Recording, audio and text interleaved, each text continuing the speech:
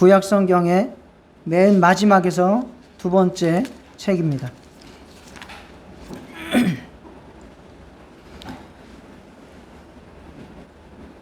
자, 찾으실 분들은 다 찾으시고 앞에 화면을 보실 분들은 화면을 보시고요. 스가랴 1장 1절부터 6절 교독하겠습니다. 다리오 왕 제2년 8째 달에 여호와의 말씀이 이뚜의 손자 베레기야의 아들 선지자 스가랴에게 임하니라. 이르시되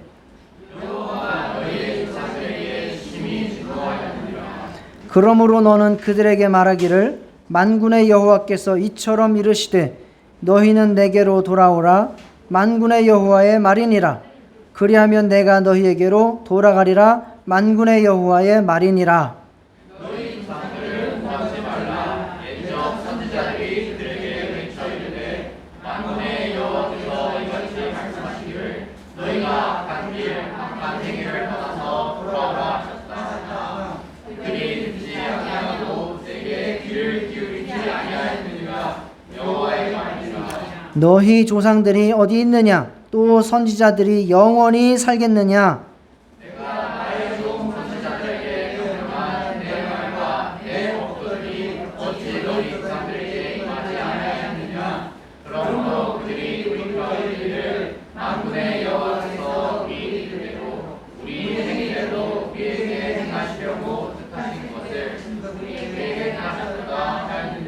아멘. 네, 오늘부터는 스가랴서 성경을 살펴보도록 하겠습니다. 스가랴서는 학개, 스가랴, 말라기 이렇게 맨 구약 성경의 맨 마지막 세 권을 순서대로 이렇게 차지하고 있습니다. 이것은 무엇이냐면 포로기 이후에 하나님의 말씀에 임한 것이 적힌 것이 바로 이 스가랴입니다.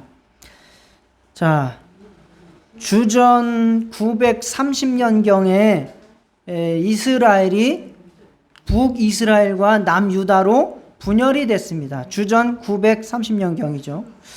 그러다가 그것이 이제 어느 나라가 먼저 망하죠?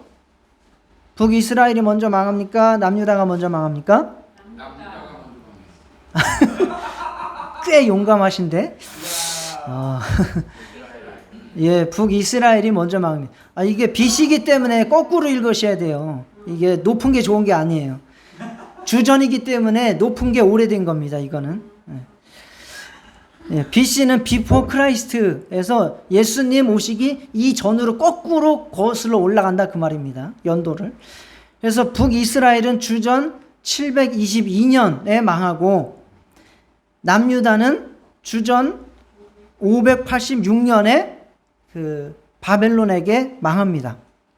이게 이제 한 번에 다 망하는 건 아니고 뭐 1차, 2차, 3차 공격으로 이제 망하게 되는데 그 기준은 어디에 잡느냐에 따라서 이제 다르지만 보통은 586년으로 잡습니다. 그래서 포로 생활을 그것도 기준에 따라서 이제 70년 포로 생활을 바벨론에서 하게 됩니다. 그런데 바벨론에 끌려갔다가 바벨론이 또 그 페르시아라고 하는 나라가 다시 그 전 세계를 제패를 하게 되면서 페르시아의 고레스 왕이 이제 정책을 이전의 제국들과 정책을 바꿔서 이제 칙령을 하나를 내리는데 그게 바로 고레스 칙령이라고 합니다.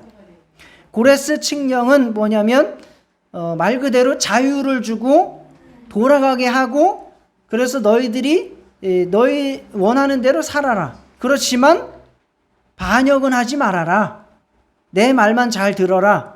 뭐 세금은 잘 내라. 뭐 요 정도면 나는 너희들에게 이제 모든 것을 허용해 주겠다라고 하는 정책을 취해서 고레스가 페르시아의 고레스가 칙령을 내립니다. 그것이 성경 에스라 1장 1절부터 4절에 나옵니다. 자, 참고 이거 역사 공부를 오랜만에 구약 성경을 들여다보니까 한번 우리 읽으면서 설명을 드리겠습니다. 자, 바사는 페르시아를 말하는, 그러니까 성경을 앞으로 만약에 바꾸게 된다면 전사님도 전에 말씀, 이걸 다 바꿔야 돼요. 왜? 요즘 전 모든 국민들이 다 페르시아라고 공부를 하고 하는데 성경은 바사라고 돼 있잖아. 그러니까 이런 것들이 지금 안 맞죠. 예, 페르시아 왕 고레스 원년에 고레스가 이제 원년 즉위를 해서 여호와께서 예레미야의 입을 통하여 하신 말씀을 이루게 하시려고 그 남유다가 망할 때에 예언을 했던 선지자가 예레미야고, 예레미야에게 하나님께서 주신 말씀은 70년이 지나면 너희들을 다시 이 땅에 돌아오게 하겠다라고 하는 말씀이었거든요. 통하여 하신 말씀을 이루게 하시려고 페르시아 왕 고레스의 마음을 감동시키심에, 자, 페르시아 왕이 했지만 그것을 행하도록 뒤에서 주권적으로 역사하신 분은 누구시다는 거예요? 하나님이 하셨다라고 말씀하십니다. 감동시키심에 그가 온 나라에 공포도 하고, 공포는 무섭게 했다는 얘기가 아니라 방을 붙였다 그 말입니다. 광고를 했다. 공포도 하고 조서도 내려, 그러니까 경찰서에 가면 조서 쓴다고 하죠. 조서도 내려 이르되, 바사왕 고레스는 말하노니 내용이 이런 겁니다.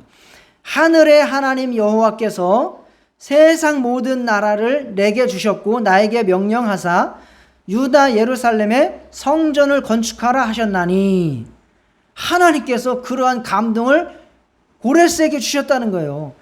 유다 백성들을 돌려보내라. 그 나라로 포로로 끌고 와서 여기서 살고 있었는데 다시 자기 나라로 돌려보내서 뭘 세워라? 성전을 건축하게 하라고. 누가 시키는 거예요 지금? 하나님께서 누굴 통해서? 고레스 왕을 통해서 시킨 거예요. 하셨나니 이스라엘의 하나님은 참 신이시라. 아니 그 이방 나라의 제국의 왕이 이런 말을 합니다. 하나님은 참 신이시라. 너희 중에 그의 백성 된 자는 다 유다 예루살렘으로 올라가서 이스라엘의 하나님 여호와의 성전을 건축하라. 그는 예루살렘에 계신 하나님이시라. 그 남아있는 백성이 어느 곳에 머물러 살든지 그곳 사람들이 마땅히 은과 금과 그 밖의 물건과 짐승으로 도와주고 그 외에도 예루살렘에 세울 하나님의 성전을 위하여 예물을 기쁘게 드릴지니라 하였더라. 성전을 세우는데 필요한 뭣도 주라. 은, 금도 같이 보내주라. 참 착한 왕이죠. 그런데 이거 누가 이렇게 하게 하셨다고요? 하나님께서 하게 하셨습니다. 그래서 이러한 칙령이 고레스 칙령이라고 합니다. 자, 한번 따라 하시겠습니다. 고레스 칙령. 이게 바벨론의 포로로 끌려온 유대인들을 다시 돌아가서 예루살렘 성전을 건축하게 한 고레스가 내린 공포, 조서를 고레스 칙령이라고 합니다. 그래서 주전 537년경에 1차로 귀환을 합니다. 그때의 지도자들이 바로 스룹바벨과 여호수아입니다. 그래서 솔로몬 성전 다음에 다시 지어진 성전 이름을 보통 뭐라고 부르죠? 스룹바벨 성전이라고 부릅니다. 왜?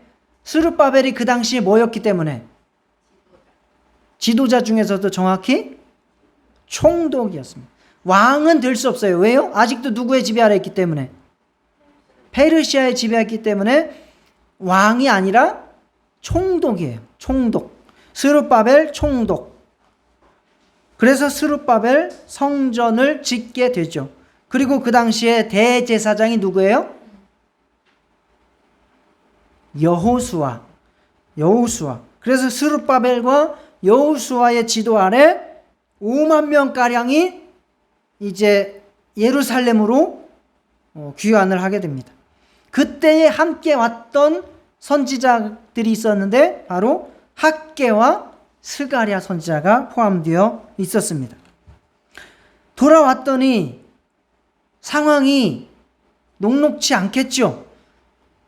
다 무너진 그 성전, 그리고 사람들은 다 예루살렘 바깥으로 끌려갔고 또 밀려났고, 그 예루살렘 성전과 성벽 주위에는 말 그대로 야생 짐승들이 와서 털을 잡고 살아가는 그러한 땅이 되어 있었던 겁니다. 그렇지만 고레스 칙령에 의해서 스룹바벨과 또 여호수아 대제사장과 이런 사람들이 힘을 내서 성전의 기초를 닦기 시작했습니다. 그래서 성전 지대를 놓았다라고 성경에서 말하는데, 지대를 놓았으나 불과 2년 정도 열심히 하다가 그 성전 건축 공사는 중단이 되고 말았습니다. 여러 가지 이유가 성경에 나옵니다. 너무 힘들죠. 자기들이 또 포로에서 돌아와가지고 자기 먹고 살 방책을 찾기도 힘든데 성전까지 지으려고 하니까 힘들다. 그리고 주변 족속들이 이거 우리 세상이었는데 저것들이 다시 돌아와가지고 힘을 내면 우리는 또 주변부로 몰려나야 되네. 주변 족속들의 방해. 그리고 당시는 여전히 페르시아의 지배하에 있었기 때문에 성전을 잘 건축해서 힘을 기르면 무엇이 될 수 있다? 반역이 될 수 있다. 이것이 가장 큰 거예요, 결국은. 반역자로 몰릴 수 있다. 이걸 자꾸 그 고레스 이쪽 페르시아 왕들한테 편지를 써는 거예요. 저것들 반역해요. 저것들 반역해요. 저것들 반역해요. 그러면 그 왕의 입장에서는 그게 하나의 걱정거리가 돼가지고 성전을 중단할 수 있는 근거가 됩니다. 그래서 이런 여러 가지 이유로 말미암아 2년 정도 성전 건축을 진행하다가 터만 닦고 난 다음에 중단이 돼버립니다. 그게 535년쯤 중단됩니다. 그리고 그렇게 폐하되고 성전이 다시 방치된 채로 몇 년이 흐릅니까?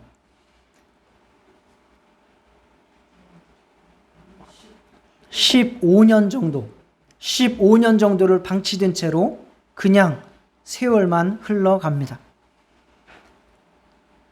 그래서 주전 520년경 535년부터 520년까지 15년간 방치되었던 그 성전을 다시 건축을 시작하라, 건축을 재개하라 라고 하는 말씀을 강력하게 선포한 선지자가 학개 선지자와 스가랴 선지자입니다. 그래서 그때 바로 성경에 보시면 다리오 왕은 이제 페르시아에 이어서 고레스에 이어서 이제 왕이 된 그런 사람이죠. 다리오 왕 제2년 8째 달에 여호와의 말씀이 이도의 손자 베레기야의 아들 선지자 스가랴에게 임하니라. 이렇게 아버지 이름도 나오고 할아버지 이름도 나온다. 그러면 이 사람은 어떤 사람이다? 유력한 가문의 사람이다 라는 거예요. 성경에서 유력한 가문, 즉 제사장 가문입니다. 제사장 가문이고 할아버지 때에 바벨론으로 끌려갔다가 돌아온 사람입니다.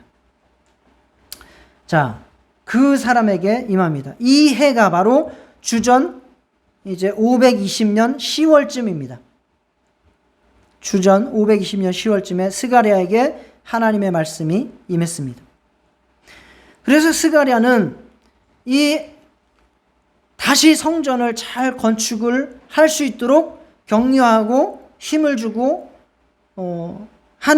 위로하는 그러한 메시지. 그리고 아시다시피 스가랴 다음에 구약 성경은 몇 개 있습니까? 한 개 있어요. 말라기 이후에 400년간 신약 성경이 시작되기까지 예수님이 오시기까지 400년 동안은 선지자가 없어요. 그래서 그때를 암흑기라고 하기도 하죠. 그러니까 마지막 예수님이 오시길 때까지 예수님이 오셔서 예배하고 제사 드려야 될 성전이 필요하지요. 그걸 지어야 되는 사명이 있는 겁니다. 그러한 성전을 지어야 되고, 그리고 예수님께서 참 성전을 이루시기까지 그 성전을 맡아야 되는, 그래서 메시아가 올 때를 준비해야 하는 중요한 시기, 그 일들을 기대하게 만드는 예언을 했던 바로 선지자 스가랴 선지자입니다. 오늘 본문은 바로 그 첫 시작이죠.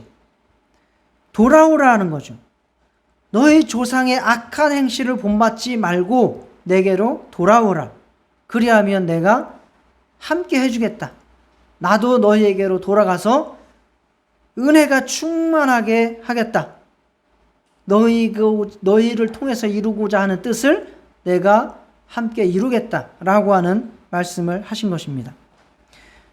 오늘 이제 6절까지 살펴보면서 우리가 어떻게 하나님께 돌아가며 어떻게 다시 우리에게 맡겨진 사명을 제기할 수 있을지 생각해 보도록 하겠습니다.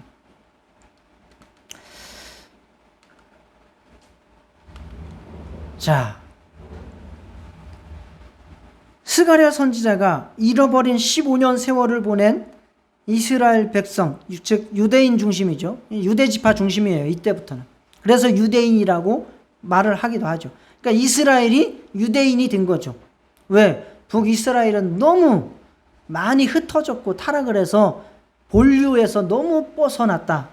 그래서 유대인들 중심으로 다시 예루살렘 성과 이제 하나님의 왕국을 건설한다 해서 유대 왕국 또는 유대인이라고 부르는 거죠. 자,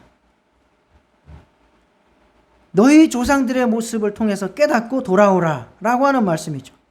너희는 내게로 돌아오라. 그리하면 내가 너희에게로 돌아가리라. 여기서 하나님께서 내가 너희에게로 돌아가리라 하시는 말씀은 미완료 시제예요. 즉 무슨 말이냐면 항상 하나님은 계속 돌아오고 계신다는 거예요. 돌아오는 일을 멈춘 적이 없다는 거예요. 그러면 결국 누가 되돌려 있다는 말입니까? 이스라엘 백성들, 그리고 지금도 성전을 건축을 하지 못하고 방치해 놓고 있는 이 유대인들, 그리고 우리들이 하나님을 등지고 돌려서 있다는 거죠. 그래서 우리가 돌아서기만 하면 항상 어떻게 하고 계셔요? 바라보고 계시는 거예요. 그러한 모습입니다. 너희는 내게로 돌아오라. 그러면 나도 너에게로 돌아가리라. 조건부라고 할 수 없어요. 항상 하나님은 우리를 향해서 돌아오고 계세요. 문제는 우리라는 거죠. 그러면 어디서 돌아가야 합니까? 성경에서 찾아보세요. 여호와께서 이처럼 이르시되 3절에 너희는 내게로 돌아오라. 만군의 여호와의 말이라. 그리하면 내가 너희에게로 돌아가리라. 만군의 여호와의 말이니라. 너희 조상들을 본받지 말라. 옛적 선지자들이 그들에게 외쳐 이르되 만군의 여호와께서 이같이 말씀하시기를 너희가 악한 길 악한 행위를 떠나서 돌아오라. 어디에서 돌아오라? 악한 길 악한 행위에서 떠나서 돌아오라 하셨습니다. 악한 길 악한 행위에서 떠나서 돌아오라. 구약 성경의 여러 왕조들의 길은 두 가지 길이에요. 대표적인 인물을 내세워서 다윗의 길과 누구의 길? 여로보암의 길을 비교합니다. 여로보암은 남유다의 북이스라엘의 초대 왕이었습니다. 북이스라엘은 계속해서 여로보암의 길을 가서 악한 길, 악한 행위로 따랐습니다. 그러나 다윗은 하나님께서 의롭게 여기시고 하나님의 마음에 합한 자라고 하셔서 그 길을 따라서 산 사람들이 조금 더 많은 쪽이 남유다였죠. 그래서 악한 길, 악한 행위를 떠나서 하나님의 말씀을 순종하는 그 자리로 돌아와라. 그런데 그 단계가 어떻게 되냐? 어떻게 돌아가야 합니까? 무엇이 문제였습니까?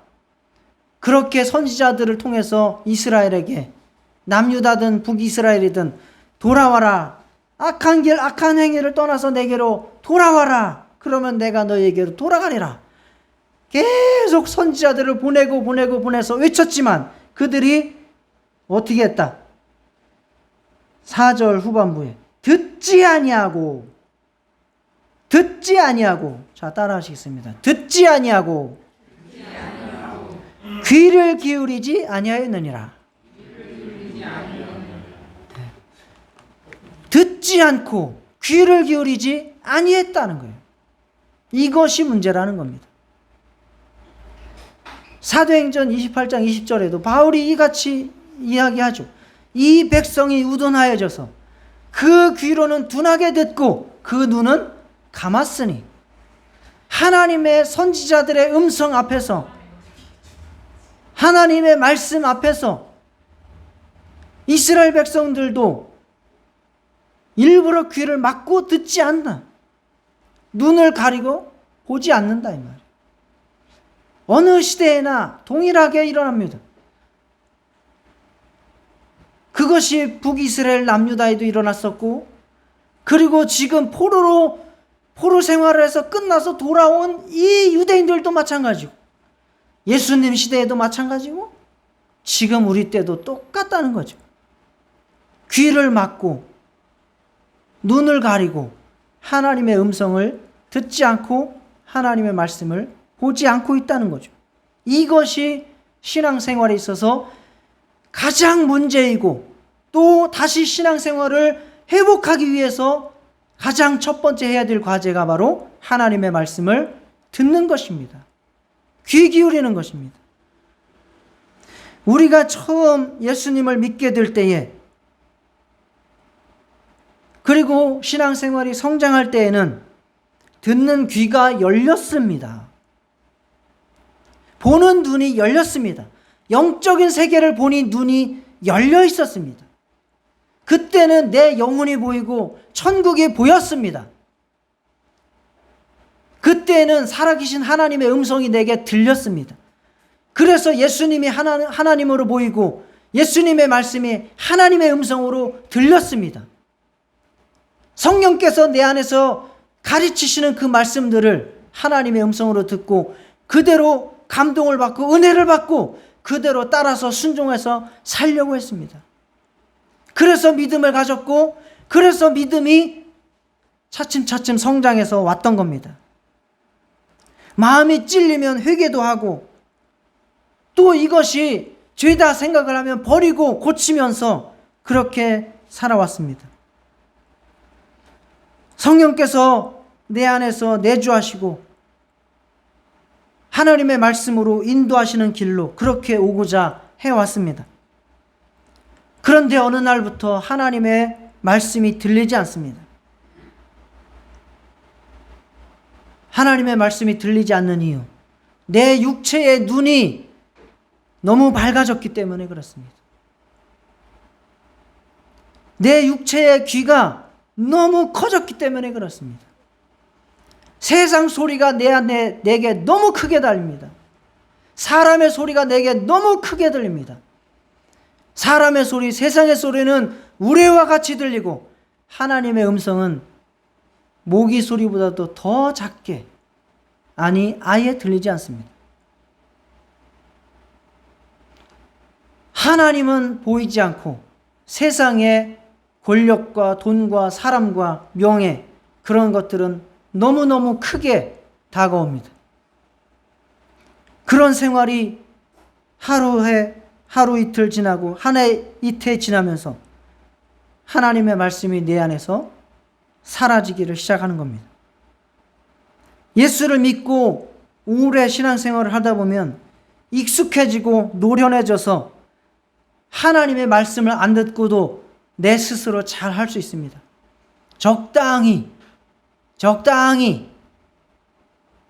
내 스스로 판단해서 내가 알아서 하기 시작합니다.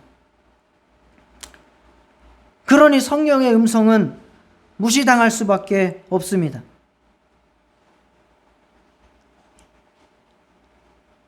그래서 성경에서는 항상 이것을 조심하라 말씀을 하고 있습니다.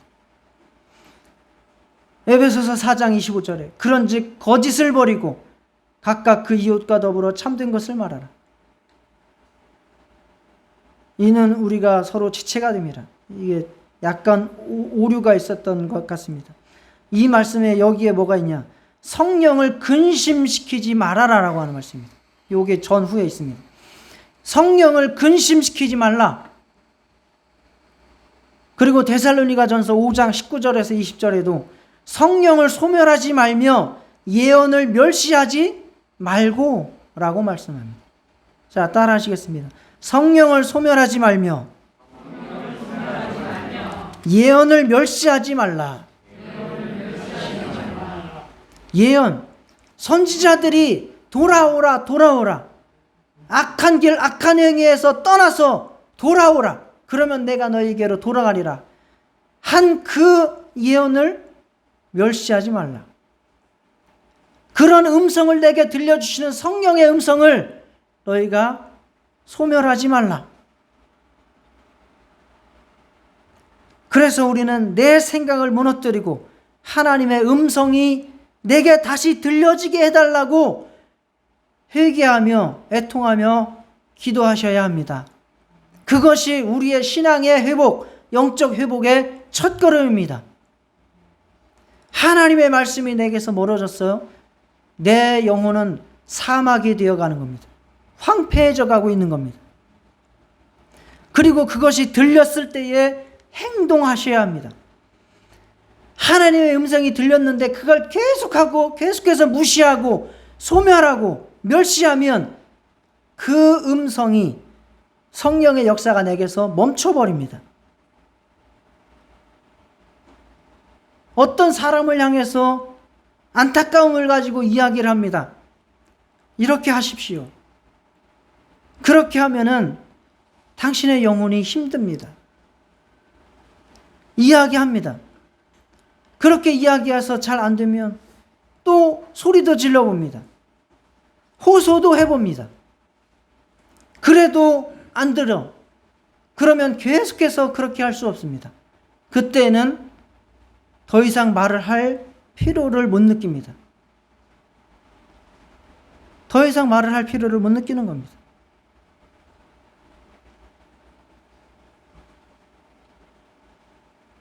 그것을 멈추어야 하지 않겠니? 이것은 이렇게 행해야 되지 않겠니? 라고 하는 음성들이, 성령의 음성들이 우리에게 들려오는데 우리가 계속 무시하면 당연히 하나님께서는 우리에게서 그 들리게 하는 음성을 거두시는 거예요. 내버려 두사죠. 내버려 두사. 자기 마음대로 악한 길을 따라서 그냥 행하도록 내버려 두시는 겁니다. 내가 성령의 음성을 듣고 이것을 행하지 않는다고 당장 먹고 살기가 힘들어지는 것도 아닙니다. 누가 어떤 사람들이 내가 이것을 행하지 않는다고 욕을 하는 것도 아닙니다. 그러니까 이것을 순종하지 않는 것이 너무나 쉬워요. 당연해요. 그러니까 성령의 음성을 따라서 사는 것이 힘들죠. 그러나 그런 가운데에 내 영혼이 멸망 가운데로 빠져들고 있다는 것을 심각하게 받아들이시기를 축원합니다. 하나님의 음성이 들리지 않는다는 것, 내가 하나님의 말씀을 무시하고 있다는 것을 깨달으셔야 합니다. 그러나 내가 하나님의 말씀을 다시 듣기를 사모하고 세상을 향해서 열었던 귀를 닫고 세상을 향해서 열었던 눈을 닫고 하나님의 말씀에 귀 기울이고 그 음성을 듣기 시작하고 그 음성을 내가 순종하기 시작할 때에 하나님은 나를 다시 관심 가지시고 나에게 다시 생명을 주시고 나에게 다시 영적인 부유를 허락하실 것입니다. 나는 다른 존재로 계속해서 변화되어 갈 것입니다.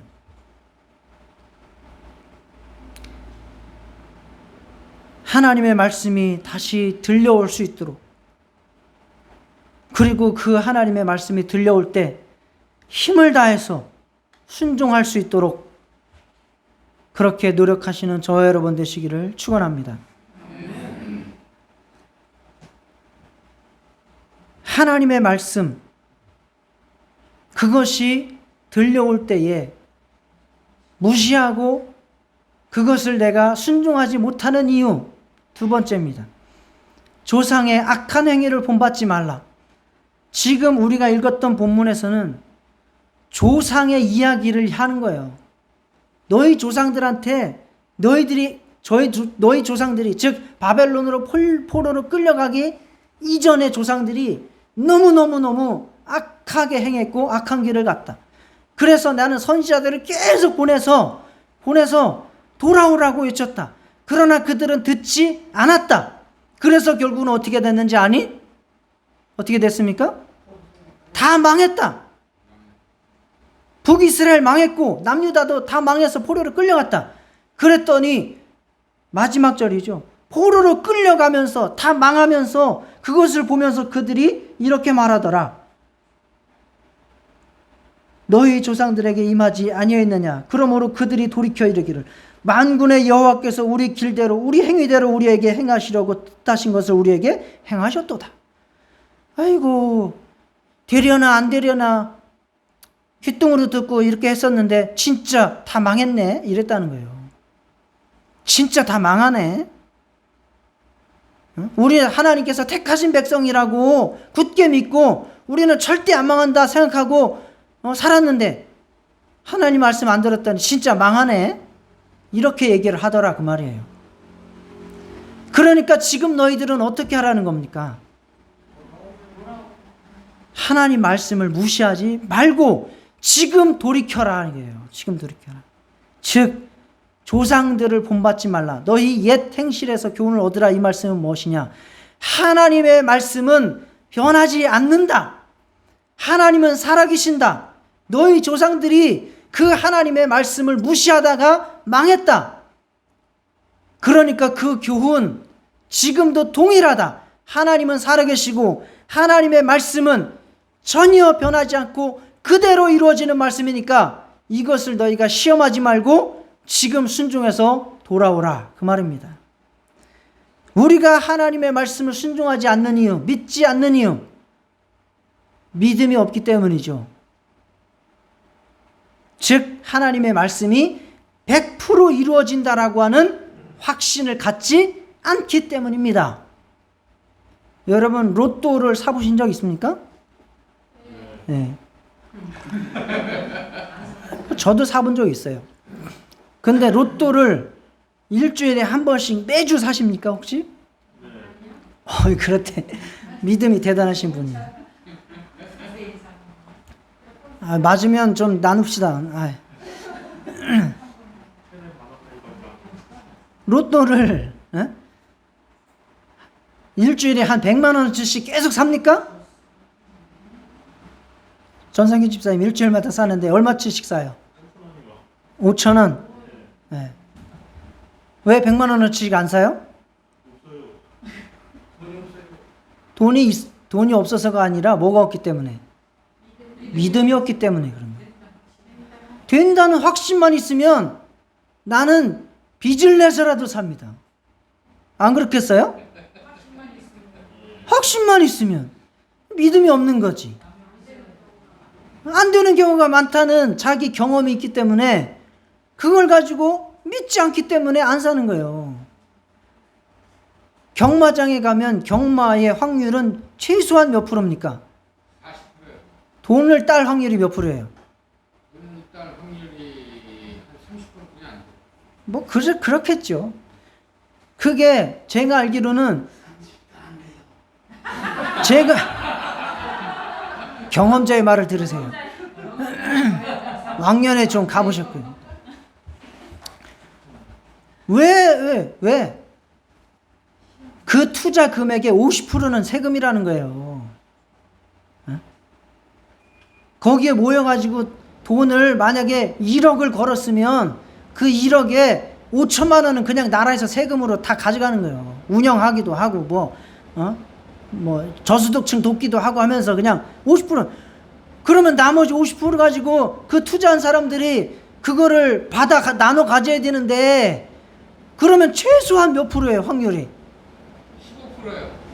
최소한 50%에, 그것도 1등이나 뭐 2등이나 뭐 다 맞추거나 이런 사람들이 많이 가져가니까 이건 확률상 이득을 볼 수가 없는 게임이라는 거죠. 그러니까 경마장은 갈 필요가 있다는 거예요, 없다는 거예요? 확률이 없어요, 확률이 없기 때문에 그거는 돈을 투자하는 순간 그냥 손해다라고 보면 되는 거예요.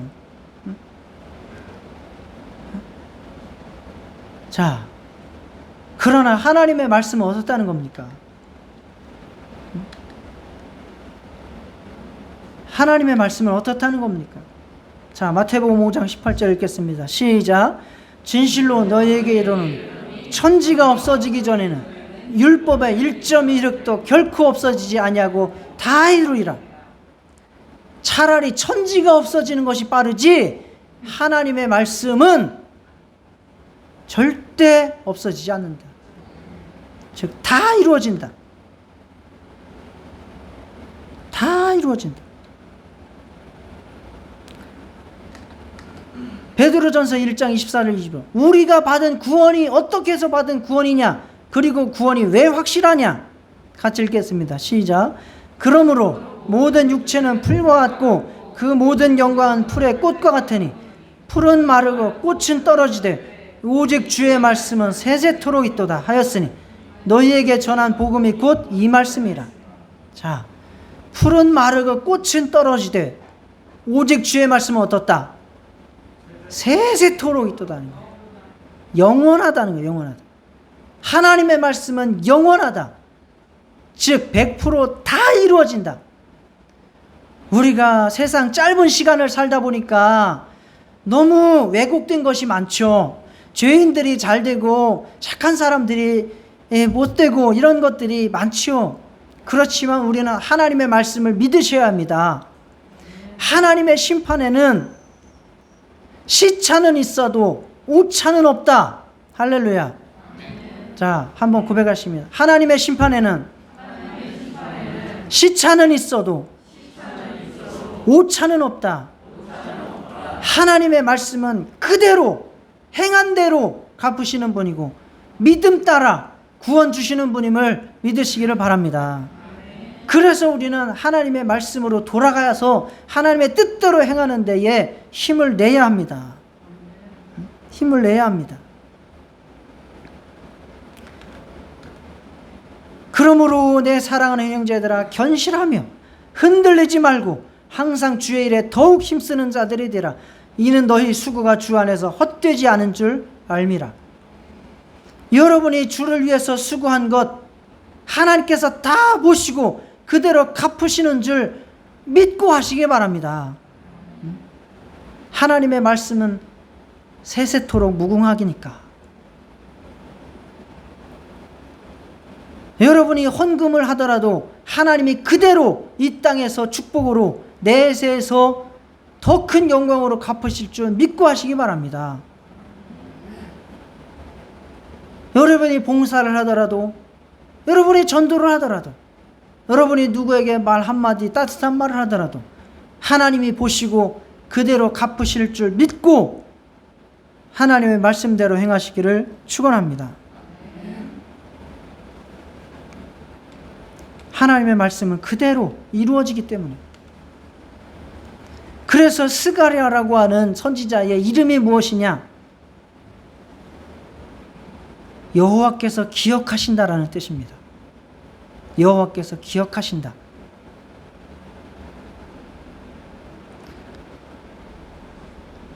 여러분, 스가랴 선지자의 선포는 하나님께서 여러분을 기억하신다라고 하는 겁니다. 여러분들이 무엇을 행하든지 그대로 갚으시고 그대로 기억하시는 분임을 믿으시기 바랍니다. 스가랴 선지자는 그러한 믿음으로 그러한 삶을 살면서 그것을 외쳤던 겁니다. 그래서 우리는 은혜 받은 그 은혜를 가지고 사명을 감당하도록 해야 됩니다. 항상 하나님께서는 우리에게 은혜를 베푸시고 그 은혜를 따라서 살도록 요구하시는 겁니다. 에덴 동산에 그 풍요를 만들어 주시고 그에게 에덴을 지키라고 사명을 주셨습니다. 그리고 그 이집트의 포로 고통 가운데서 구원해 내셔서 가나안을 심으시고 가나안을 하나님의 왕국으로 만들고 제사장이 되라고 사명을 주셨습니다. 그러나 실패했습니다. 지금 다시 바벨론으로 포로로 끌려와 있는 이 백성들에게 느닷없이 70년 만에 칙령을 내려서 다시 돌아오도록 은혜를 주셨습니다. 왜 은혜를 주셨습니까? 고레스 칙령 우리가 읽지 않았습니까? 왜 돌아가게 하셨죠? 성전 지으라고 했어요. 성전 지으라고. 하나님이 거하실 집을 지으라고. 그러나 거기에 돌아온 이스라엘 유대인들 성전 지었습니까? 못 지었습니까? 못 지었습니다. 그게 학개서에 너무 정확하게 잘 고발되어 있습니다. 이 성전이 황폐였거늘 너희가 이때에 판벽한 집에 거주하는 것이 옳으냐. 판벽한 집이라는 것은 아주 좋은 집이라는 거죠. 성전은 황폐하였는데 너희들은 좋은 집에 사는 게 옳으냐. 너희는 산에 올라가서 나무를 가져다가 성전을 건축하라. 그 당시에 핑계가 있었거든요. 성전은 레바논 백향목으로 지어야 되는데 우리는 지금 못한다고. 그게 하지 말라. 그냥 뒷동산에 가서 아무 나무라도 가져다가 지어라. 너희가 먹고 살기 힘들다고 너희들 농사하는데 바쁘지? 성전을 등한시했지? 그렇다고 너희가 지금 얼마나 잘 먹고 잘 살게 되었느냐? 너희들 돌아봐라. 학개서 1장 보면 나옵니다. 그러나 정말 너희가 하나님의 성전을 짓고 하나님의 축복을 받으면 내가 너희를 엄청나게 풍요롭게 살도록 해주겠다라고 하는 말씀들이 학개서 1장에 나옵니다. 자, 너희가 많이 뿌릴지라도 수확이 적으며 먹을지라도 배부르지 못하며 마실지라도 흡족하지 못하며 입어도 따뜻하지 못하며 일꾼이 삭슬 받아도 그것을 구멍 떨어진 전대에 넣으며 되었느니라. 이게 그 당시에 유대인들 바벨론에서 돌아온 사람들의 생활이었다. 성전을 팽개치고 자기들 먹고 사는 일에 몸부림치면서 살았지만 소득이 있었다 없었다? 없었다. 그러니 너희들이 은혜 받았으니 너희들이 다시 기억해야 될 것은 사명을 감당해야 될 것이다. 내가 같이 이루어 주겠다. 이 성전을 통해서 하나님을 다시 모시고 하나님의 뜻을 이루어야 한다. 그리고 이 성전이신 예수님이 곧 오실 것이다. 그리고 너희들도 성전이 될 것이다. 그 성전을 통해서 너희는 이 땅에 하나님의 나라를 확장하여야 하느니라. 저와 여러분, 하나님의 말씀이 들리지 않는 것을 회개하시고 다시 내게 하나님의 말씀이 들려지게 하옵소서. 들려진 하나님의 말씀을 순종케 하옵소서. 하나님의 말씀에 대한 확신을 갖고 순종하게 하옵소서. 사명을 감당케 하옵소서. 다 같이 기도하시겠습니다. 하나님 아버지,